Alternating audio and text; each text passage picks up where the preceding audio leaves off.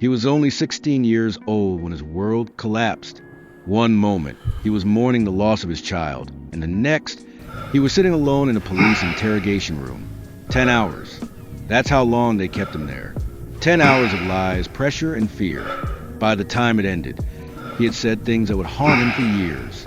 Words that weren't his truth, but that would become the reason his life was stolen. His name was Adrian Thomas. And this is his story. The tragedy began with heartbreak. Adrian's baby had died unexpectedly. Instead of compassion, instead of help, he was treated like a criminal. Police convinced themselves that Adrian was responsible. They didn't search the truth. They searched for a confession, and they would stop at nothing until they got one. The interrogation began in a small, gray room. Adrian sat in a metal chair, his hands trembling, his heart pounding in his chest. Two detectives walked in. At first, they spoke calmly, telling him they just needed answers. But it didn't take long before their tone shifted. They told him he was lying. They told him he wasn't leaving until he admitted what they wanted to hear. They told him if he didn't confess, he would never see the outside world again. For hour after hour, the pressure grew heavier. They lied to him, saying they had evidence they didn't have. They told him that confessing would make things easier. They threatened him, saying his family would suffer if he didn't cooperate.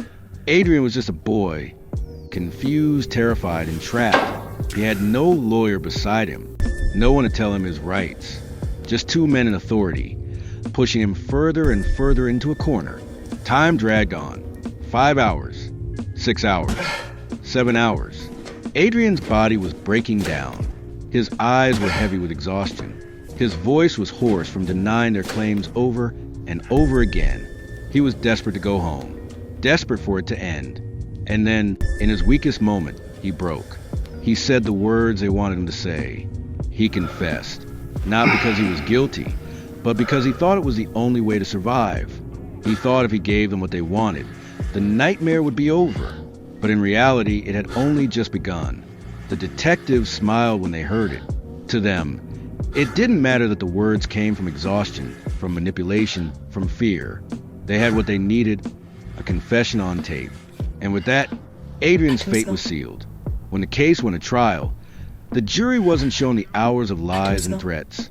They weren't told how Adrian had been broken down, pushed past his limits. All they saw was a teenager on video admitting guilt, and they believed it. There was no physical evidence tying him to the crime, no witnesses who said he had done it. The confession alone became the key that locked him away. The jury returned a guilty verdict, and the judge sentenced him to prison.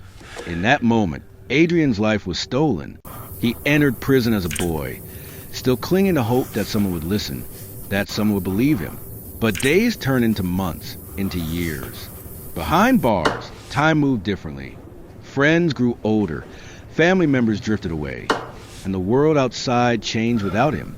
Adrian sat in a cell, replaying those 10 hours in his mind, knowing it cost him everything. But even inside, he refused to give up.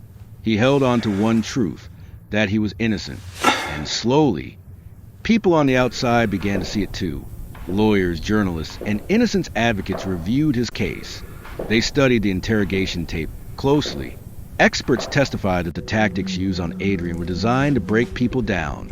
They explained how false confessions happen, how the mind can be manipulated under extreme pressure, especially for someone so young. Adrian wasn't a killer. He was a victim of a system that cared more about closing a case than finding the truth.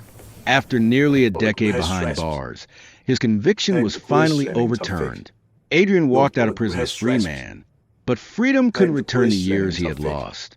His teenage years, his early 20s, the time when he should have been building his life, were gone, all because of 10 hours in a room where the truth didn't matter.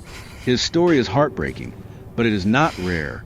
Across America, countless people, especially young people, have been pressured into confessing the crimes they never committed. Some spend decades in prison. Some are even sentenced to death. And some never make it out alive.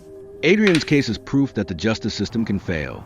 It shows how quickly fear can replace truth, how a single confession, even one born from lies and manipulation, can outweigh real evidence. It reminds us that sometimes the greatest injustice happens not on the street, but behind closed doors in an interrogation room. 10 hours was all it took to change Adrian's life forever. 10 hours of psychological warfare against a teenager who didn't stand a chance. And though he is free today, the scars of those hours will never fade. His story is not just about one boy. It's about a system that too often values convictions over justice. A system that can destroy innocent lives with a single videotape. A system that needs to change. So remember Adrian Thomas. Remember the boy whose life was stolen by 10 hours of room.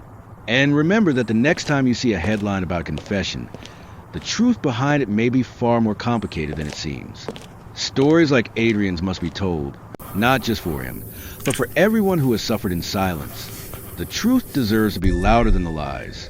And justice must never come at the cost of the innocent. If you believe the world should hear stories like this, share a story. Let it be known, because only when we speak out can we stop it from happening again. Kindly subscribe to this channel, like and share, so more people can see what really happens when justice